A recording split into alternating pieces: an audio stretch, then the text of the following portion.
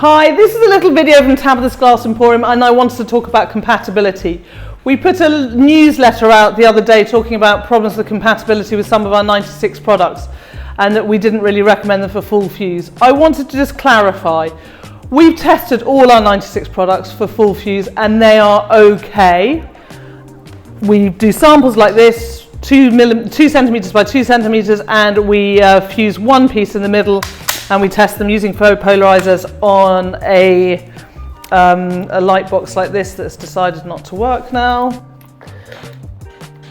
And we check them under the polarizers and make sure that they are totally compatible, as you can see in this sample here. Now, what we hadn't taken into consideration was how fusing has evolved. Now, as many of you should know, the more times you fire the glass, the more probability of compatibility shift. 96 COE glass, Oceanside, can be compatible with Kugler because they're both 96 COE. But if you do lots of heat work to them, one of the glasses might shift COE slightly and they become incompatible. Now, we cannot test for every eventuality you might be doing with your glass. So for instance, we had someone who was pressing their glass, then full fusing it in, and then it instantaneously becomes incredibly incompatible. You can see it here. So this is someone who, this is pressed into a floral shape, full fused into the glass, and that is absolutely shouldn't be, you shouldn't be seeing. We didn't imagine that people would decide to press glass and then full fuse it into their piece. That's just too much heat work. I'm not sure that any glass could kind of hold up to that. Interestingly, we did try it on a piece of 90 COE bullseye, and it is staying compatible. But I would still suggest that you need to test. So this video is coming out to you to say, please test. If you're doing a big piece, or a big piece for you, and you want to try a process where you want to press some glass in and then you want to full fuse it in, do a 2 by 2 or 1 inch by 1 inch square. Do your tester using one murrine. Get some polarizing filters. You can get these at Bullseye, sell them direct. I'm pretty sure Warm Glass in the UK sell these.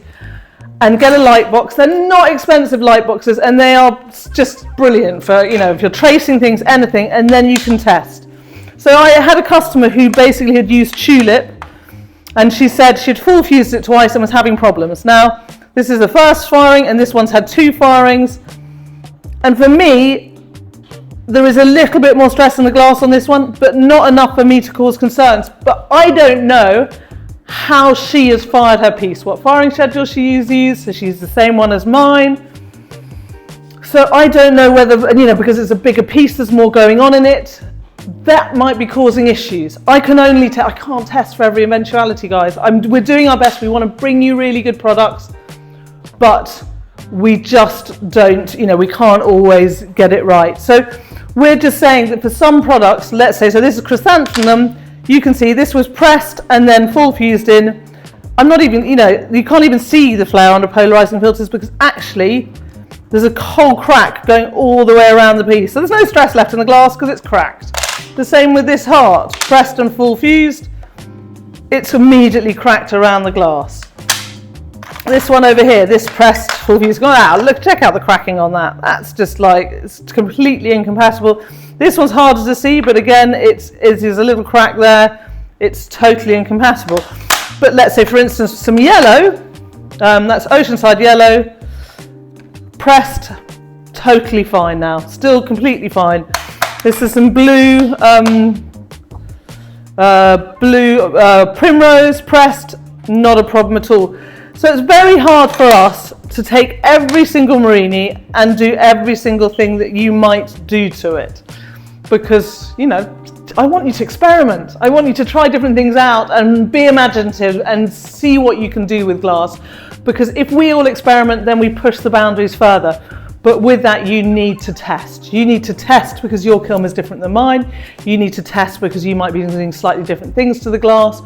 So we will do our best to make sure that our products are as compatible as possible, but you need to take responsibility for your projects and test if you're doing anything. So you want to do 20 brooches like this. Don't do 20 at once. Try one first, check it, make sure it's working, and then do the other 19.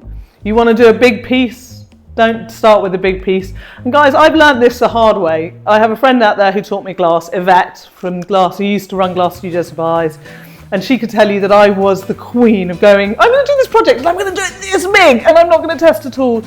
And you know, 8 years into this game and I'm like, testing. You test everything because that takes away the cry factor. This is expensive stuff. We all know that glass is not cheap and it's gorgeous and addictive and wonderful, but it's not cheap, and we have to do our best to make sure that we're making the most out of it. And you know, once you've fired it and it's breaking, you can't ever go back. That piece in the rubbish. There's nowhere else that piece can go in the rubbish, because once you've got the incompatibility, there's nothing's going to make that piece safe anymore, and it should go in the rubbish.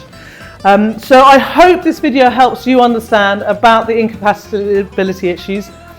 The longer you fire for, the hotter you fire for, the more firings you do, makes it possible that incompatibility will happen. We have already, to make beautiful murrine, taken the glass up to 830 degrees and are holding it there for up to an hour and a half. So that is already a lot of heat work on the glass. And you know, Bullseye don't recommend that for their glass. Oceanside don't recommend that for the glass. We are already pushing the boundaries of what you should be doing with their glass already. So then remember, whatever you're doing next needs to kind of be sensible with the compatibility of the glass, and that it may shift if you do too much heat work. It's amazing stuff. It is amazingly resilient, because a lot of these samples shouldn't work and they do. There's another 90 COE1 pressed, full fused and absolutely fine. There is a tiny bit of glare around there, but that's nothing I would expect. But you just never know. You never know until you test it. So please test it. Please remember, you know, tack fuse, we have our float products, and we don't suggest any of our float products go above a tack fuse, just because there's such a broad range of float glass. Full fusing is great and it's gorgeous, but it sometimes is putting the glass really inside the other glass and could cause a lot more stress on it. So just have a think about what you're doing, and so that you don't cry because your glass breaks. I hope this one's helped. I hope I've kind of got the message out to you guys out there, because I really don't want you to have projects that don't work. I hope you found this video informative and not too much of a lecture, and until next time, happy testing.